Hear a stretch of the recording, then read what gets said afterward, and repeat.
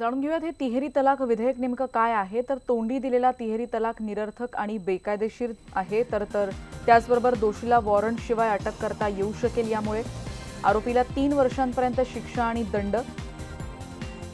फक्त पत्नी आणि जवळचे नातेवाईकच एफआयआर दाखल करू शकतात। पत्नीची बाजू ऐकल्यानंतर आरोपीला जामीन दिला जाऊ शकतो। पती पत्नीमध्ये समझोता झाला तरच खटला रद्द केला जाईल। समझोत्यासाठी फक्त मॅजिस्ट्रेटच अटी आणि शर्ती घालू शकतील। पीडिता तिच्या नवऱ्याकडून भत्ता मिळवण्यासाठी पात्र आहे। पीडिता लहान आणि अल्पवयीन मुलांचा ताबा मिळण्याची मागणी देखील करू शकेल। दुसरीच्या गणिताचा मुद्दा सध्या गाजतोय आणि गणितात जोडाक्षर टाळण्यावरून सध्या वाद सुरू आहे आणि त्याला आज मुख्यमंत्र्यांनी आपल्या खास शैलीत उत्तर दिले। हे का केलं नंतर आपण याच्यावर जाऊ। याची सुलभता आपण जसं आता बालभारती पहिलीचं पुस्तक बघा तुम्ही। आता पहिलीमध्ये आपण काय कसं शिकवतो, सुलभता यावी म्हणून आई कमळ बघ शिकवतो ना। म्हणजे दादा कमळ बघ छग नाही बघा ना, छगन छगन कमळ बघ हे मी नाही हे लिहिलंय सुलभता येण्याकरता।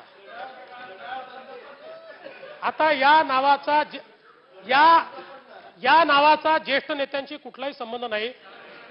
शरद गवत आण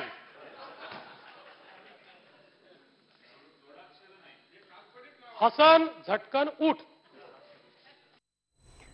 आणि सभागृहानंतर येत शेतकरी कर्जमाफीच्या मुद्द्याकडे। शेतकऱ्यांना कर्जमाफीच्या मुद्द्यावरून फसवणाऱ्या सरकारचा धिक्कार असो अशा घोषणा विरोधक सभागृहात देताना दिसले। सहकार मंत्री कर्जमाफीची माहिती विधान परिषदेत देत होते, पण विरोधकांच्या सरकार विरोधात घोषणाबाजी मात्र बाहेर सुरूच होती।